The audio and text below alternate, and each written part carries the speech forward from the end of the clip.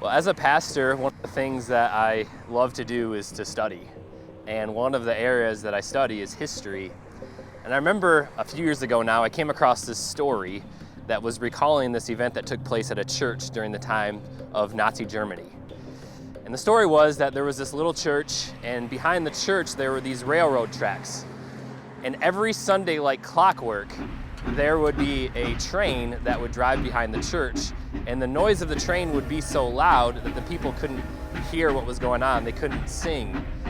And they eventually found out that that wasn't just any train, but that it was actually a train carrying prisoners to take them to a concentration camp, basically to be executed. So this church, they had an option. What do? They had choices to make. Their choice was to do this. Their choice was to sing louder and to forget what was going on.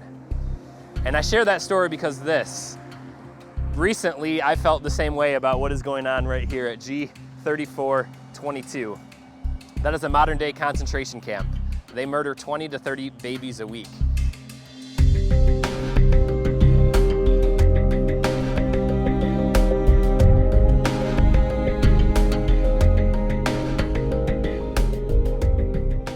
How many people are in there?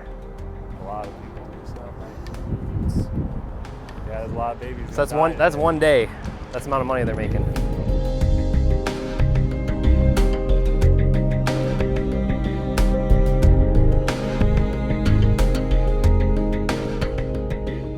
Our church is about 8 miles from here. This is in my backyard. And for many years, I think my solution to this was basically to sing louder. But we're saying, you know what? No more. We are committed as a group of people to doing whatever we can to stop the murdering of the innocent babies in our area, and that is why we're here. If we believe that it is murder, we must act like it is murder, that people are literally being killed in these places. And that is why we are physically present at the abortion mills every hour that they are open. And we have a team that is committed and organized to stand in the gap until they shut down. And as we stand here, God continues to save more and more babies. Yeah, we're ambassadors of Jesus Christ, just sent here to help you. What's your name? Tria. Tria, nice to meet you. Hi, good to meet you. What brings you here today? I'm really struggling. Okay. I kind of didn't want to see you people. Yeah. I hoped you weren't here and make it worse for me, but because you were, Yeah, I just came over to see. thank you. Yeah, we're here because God sent us here to tell you that you're not alone, that there's help here, to trust in Him, to look to Him, and that we will help you. I got a gift for you. Take that. That's for the mom. Just to let y'all know that we will adopt. We will do whatever it takes to bring that child to full term. Okay? It's not even me, it's her. She don't want the baby, so she's that's what I totally understand. We hear that a lot, but if we take all the options off all the problems off the table, you know, and we sit down and talk for a little bit, it's a matter of life and death for that child. You know what I mean? So these are the bags we hand out. If you want to take that, and then in there is a pamphlet. Yeah, there's a little onesie and a diaper and a yeah, man. I know. We're here for you, okay?